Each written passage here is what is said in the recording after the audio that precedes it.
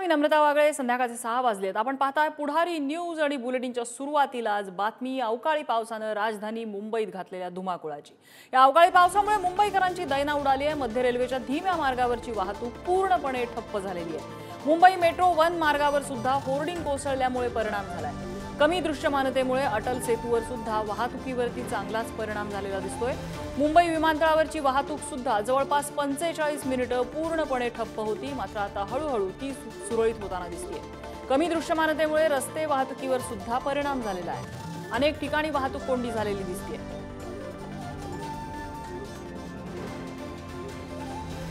आणि आमचे प्रतिनिधी निखिल चव्हाण आपल्या सोबत आहेत, जे सध्या अटल सेतूवरती आहेत। निखिल, अटल सेतूवरती दृश्यमानता कमी झालेली आहे आणि त्यामुळे इथल्या वाहतुकीत अडथळे येत आहेत असं कळतंय। काय आहे आजूबाजूची परिस्थिती?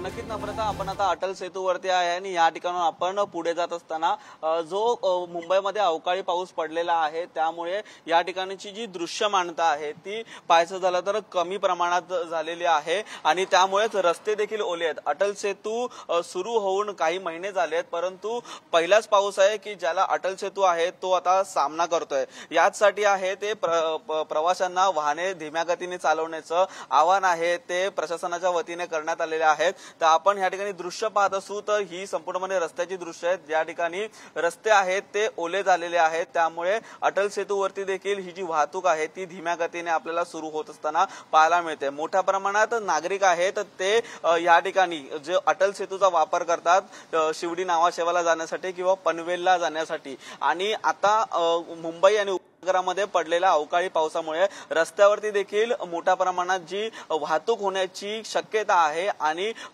असेल नवी मुंबई असेल या इथून देखील मोठ्या प्रमाणात नागरिक कामाला जात असताना जी ट्रॅफिकची समस्या आहे ती त्यांना सोसावी लागते। त्यामुळे अटल सेतू आहे हा उत्तम पर्याय या ठिकाणी नागरिकांना पडतो। परंतु हा अटल सेतू पूर्णपणे आहे तो समुद्रावरून जात असताना या ठिकाणी आज दुपारच्या नंतर जे काही वारे वाहत होते त्या वाऱ्यांच्या प्रमाणे 50 ते 60 प्रति किलोमीटर तास वेगाने हे वारे संपूर्णपणे वाहत होते। त्यामुळे अटल सेतूवरून जाताना गाड्यांना देखील ह्या धीम्या गतीने या ठिकाणी आहे ते जावं लागणार आहे। कारण अटल सेतूचा हा संपूर्णपणे आपण प्रवास पाहिला तर या ठिकाणी जी वाहतुकीला आहे किंवा गाड्यांना जाण्यासाठी वेग मर्यादा देखील आखून दिलेली आहे।